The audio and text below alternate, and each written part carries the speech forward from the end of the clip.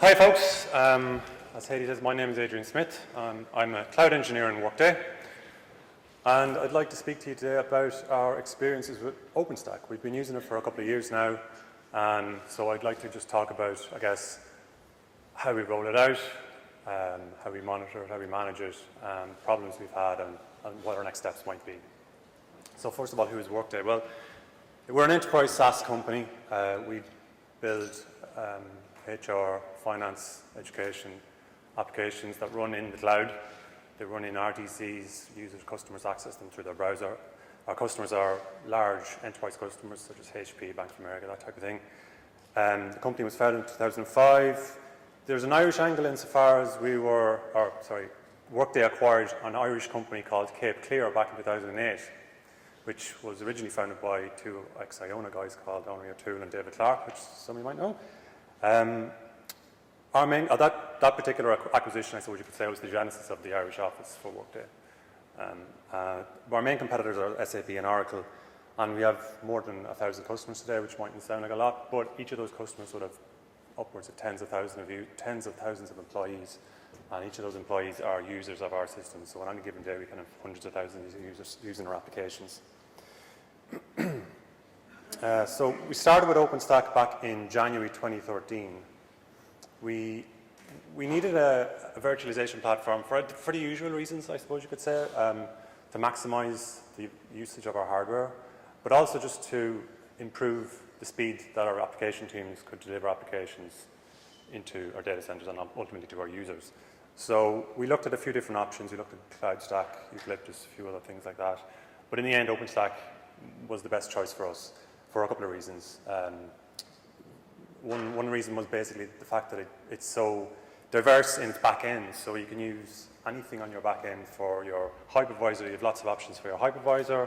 For your storage, you can use a lot of different backends for storage, for networking, and so on. So there's lots of options there. You're not tied into any particular vendor.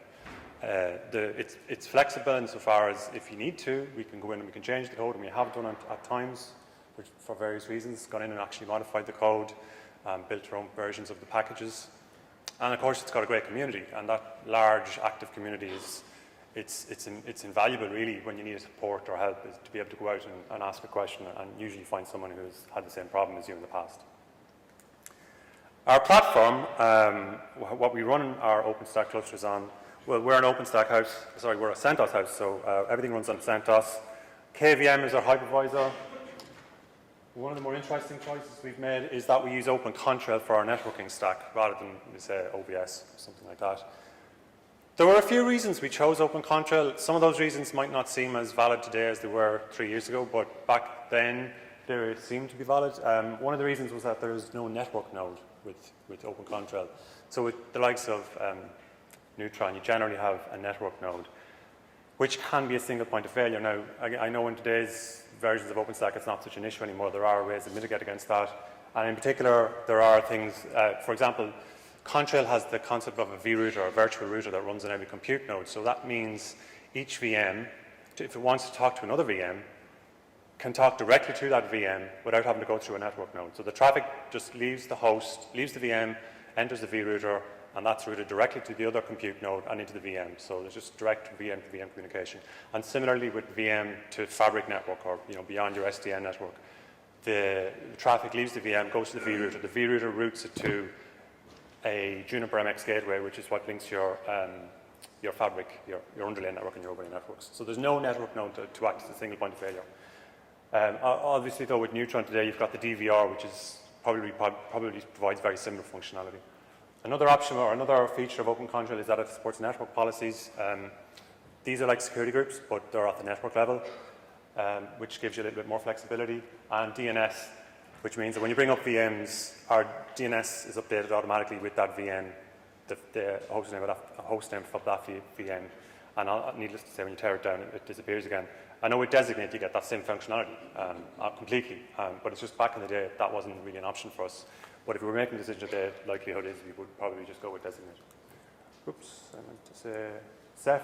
Sorry, we use Ceph, the Hammer release for our volumes, Cinder volumes. We're running OpenStack Icehouse at the moment, and we deploy everything using Chef. This is what our physical layer looks like at a very, very high level. Over the far side there, we've OpenStack controller, contract controller, and our compute nodes. It's pretty typical. I guess you'll not see much there that's in any way strange. Contrail needs its own controller because it has quite a lot of services of its own, well, more than you might think by just looking at this diagram. It uses Cassandra for its database. It has an analytics database as well, just to collect information. On our OpenStack side, we run everything on a single controller with MySQL. We use RabbitMQ. We terminate SSL with Apache. We've had issues in the past with terminating SSL in Keystone. It was mainly down to load, really, and the fact that Keystone uses Eventlet for threading, or for greenlit threading, for parallelized concurrency. So we terminate SSL now with Apache, and that's pretty much solved our problems. One of the interesting things you might notice about this diagram is that we only have one controller. We don't use multiple controllers. That was a conscious decision that we did make at the time we were coming up with this architecture. We've had multiple iterations of our architecture over the years, and in previous iterations we did have multiple controllers. But we found it very, very difficult when we had problems to get to the root cause of the problem when you've got 3 controllers, because it was just, there's too much activity, there's too much redirection of requests. So we just decided with this particular iteration to go with one controller just to help us to find problems. And, sorry, I'll tell you what, I'll pick up this, might be easier. Can you hear me? Yeah, there we go. So we found it a bit easier to diagnose problems by just having a single controller. In our next version of the architecture, which we're working on at the moment, we will be going back to a multi-controller setup. But for now, or for the last couple of months, this one has worked more than adequately for us. So our development environment. So everything we've seen on the last slide is deployed using Chef. Everything from bare metal up is Chef. We don't touch our machines. There's no hands-on anywhere. Everything has to be automated and rolled out using Chef.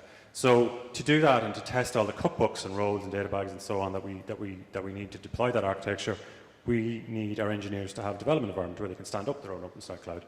And for that, we've had a number of iterations of that as well. We started off with vagrant VMs, but that very quickly became impractical because when you're running 5 or 6 vagrant VMs locally, it tends to kill your machine.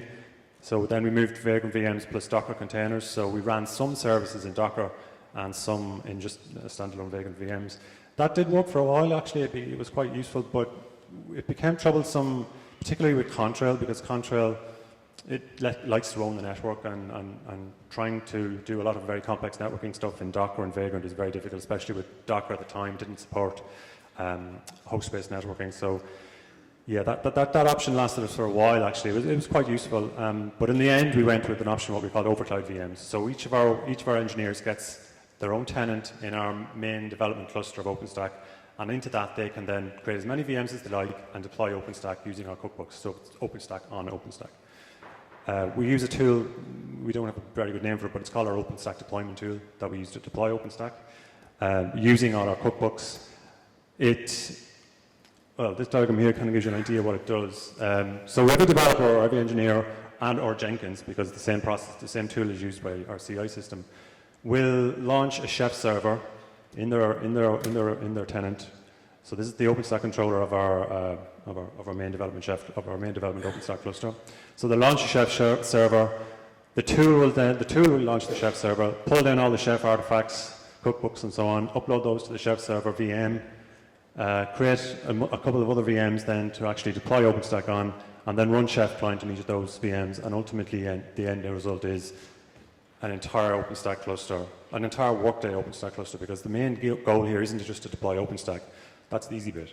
The difficult bit is deploying OpenStack and integrating it into the Workday systems, the Workday ecosystem, so into our own logging, metering, monitoring, alerting platform. So that's pretty much what our development tool does. Our CI/CD pipeline that runs behind the development, that development tool, is used to test basically this cluster. So what a developer does is they will submit their code to Garrett. Once they do that, a CI process will run to unit test the cookbook or whatever it is that they're changing. If that runs successfully, then a CI process will kick off that will deploy an entire OpenStack cloud with that cookbook change and test it using Tempest and a few other automated tools we have like Rally. Test that it still works, and if that works and they get a +2 from their peers, it'll be submitted, moved into bare metal testing, where it's got some further automated testing, and ultimately then it's made available for release. We do multiple releases to our dev clusters every week, and a release is basically running Chef client on all our nodes with the latest cookbooks, roles, and databags. And in our prod clusters, we release once a week. And I guess the main tools at the bottom there are what we use. So some of the challenges we faced. The first challenge, I suppose, and these are in no particular order, but the first one to speak about is the skills challenge. Deploying OpenStack is complicated, and as I mentioned, maybe managing it longer term is a lot more complicated. So you need the right people, and we found what we did was we have our own cloud engineering team, but we pulled in people from across the Workday, the business, people who would be actually using and managing OpenStack day to day. They were then embedded into our Scrum teams. And there was two things that helped us with. It meant that we had their skills and their knowledge to leverage, to use, because we needed that skill. But it also meant that we were already embedding ourselves into the general Workday ecosystem, because we had these people who were coming from their teams and going back to their teams and telling them about what was going on with OpenStack. So by the time it came to roll out OpenStack, everybody kind of knew what it was and how it worked, and it was a much easier thing to do. Some of the development or technical challenges.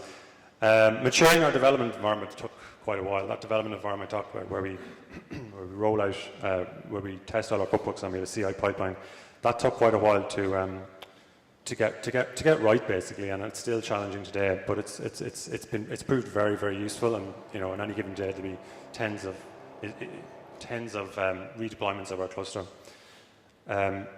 The main challenge with, as I said, isn't deploying OpenStack, it's integrating it into the Workday ecosystem. And so that meant integrating it into our alerting system. We use Nagios.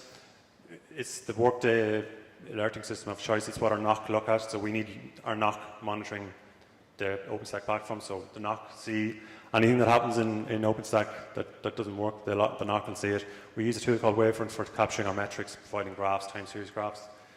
We have a team in-house that builds our own ELK stack, so we need to integrate it with the ELK stack so that we can analyze our logs. And just integrate, we have a lot of, because the Workday uses Chef a lot, we have a lot of our own Chef tooling, so integrating into that Chef ecosystem and using the tools that are provided to us by the Chef, the ops team that maintains our Chef tools, that was quite challenging. As was integrating the OpenStack community cookbooks. The community cookbooks are all well and good, and they will allow you to deploy OpenStack, but making them work again within Workday and our little things that make us different, that was challenging. And in fact, one of the good things now is that the OpenStack PTL, the OpenStack Chef PTL, Samuel Kasiba, is actually an employee of Workday, so that helps, I guess, our feedback can go more direct into the community that way. Security is a massive thing in Workday. Everything we do is tainted with security, not tainted, it's challenged by security. So we have to run SSL everywhere, even in the data centers. Everything has to be SSL, everything has to be encrypted. Our data centers have no internet access, so if I'm in a VM or on a machine in one of our DCs and I want to install a package, if it's not available in the DC, I don't get it. If I want to get a package, I have to download from the internet, send it to security, get it vetted for any security flaws, and then it can be passed on and released and I can install it. That's challenging when you want to do experimentation, whatever. It's very difficult. It slows it down. I mean, these are all good reasons. I mean, these security hurdles, if you like, are there for a very good reason. So, I mean, can't complain about them, but they just make everything a little bit more difficult and slower. And securing sensitive information is always a challenge. Securing passwords and keys and so on. Luckily for us, our Chef tooling team had a lot of this already done, or at least had during the time that we were deploying OpenStack, completed a lot of this work. So we have, again, in-house a lot of tooling around Chef and encrypted data bags to automate the rollout of keys and passwords and things in a very secure fashion. Operating challenges. OpenStack actually, surprisingly, well, maybe not surprisingly, but OpenStack doesn't really give us any operating challenges day to day. It's actually quite stable and not that really, doesn't really cause us any worries. The main worry for us would be our networking layer. As one of the guys was saying earlier, networking is the big thing with OpenStack. And we use OpenContrail, as I said, and we've had a number of bugs, we found a number of bugs with OpenContrail over the last year or two that have caused us problems. They've been fixed, and we still have maybe one or two that are causing us niggles. But so yeah, it's the networking where the problems generally lie. Understanding what to monitor is very challenging. You know, you can monitor the basics like CPU and memory usage and so on. That's just your basic stuff. We also monitor things then beyond that, like our capacity, so that we know if we're getting your vCPU or memory usage capacity. But then beyond that, it's understanding, well, is my cloud running correctly? And for that, you really need to just, I think from my experience anyway, the only way you learn that is just by just running your cloud and coming, as you come across problems, do root cause analysis, find what the underlying cause is, and on the basis of that, then put in place new checks, new metrics that you can work on. We've had problems in the past, as I mentioned earlier, with Keystone, with terminating SSL. We had the same problem with Glance. So we now have checks around how many Glance images we have. Like our app dev teams generate hundreds of images every week, and so we need to put a few checks around that just to make sure that we're in our safe boundaries. We've checks around Keystone tokens and things like that. So ultimately, as I say, it's learning as you go, learning what's caused you problems in the past and putting monitoring in around that in the future. And scaling, most of the issues that we do find tend to come with scale. Our main development cluster, there'll probably be 1,500 VMs launched there any given day. And you do find issues just come up because of that scale. Like we found an issue there recently with Contrail where it was just something that happened. We hit an inflection point and suddenly the number of network policies we had became a problem, and suddenly the communication between two particular components started failing and causing knock-on effects. And that's just something you wouldn't have learned otherwise without that scale. Some future plans. We're planning on upgrading to Metac later this year. We're planning on upgrading to OpenContrail 3, Ceph Joule, CentOS 7. We're going to use Salamander to do a little bit more, capture some, not necessarily metrics, but just information about what's going on in our cluster. We more than likely be using containers like everybody for one reason or another, both for our applications that run in our cloud, but also for we've been experimenting with actually running OpenStack in containers, as in running some of the OpenStack services in containers themselves. That's still under investigation. And then we'd like to use Zool as well. Our CI process has become quite complicated. Something like Zool will give us a lot of flexibility because it means that we can trigger jobs in a much more targeted fashion, rather than just saying this job triggers that job and triggers that job. It gets very messy after a while. So in summary, and this is what worked for us, building a multidisciplinary team really helped us, both from experience and knowledge and getting the product out there. Integrating OpenStack into the Workday ecosystem was key for us. I mean, as I said, it's easy to stand up OpenStack standalone on a few machines in the corner and have people use it, but if it's not integrated into your ecosystem, it's just, for us anyway, it wouldn't work because we wouldn't have the NOC monitoring it, we wouldn't have the tools that the rest of the company provides for operations reasons available to us. So integrating OpenStack into the Workday ecosystem really is immensely valuable. Monitor based on experience, so as problems come up, as problems arise, learn from those problems and put in monitoring to make sure that if those problems become issues in the future, then you'll know about it sooner rather than later. And in the end then, if you do have problems, 9 times out of 10 it's a network problem with OpenStack. Thank you very much.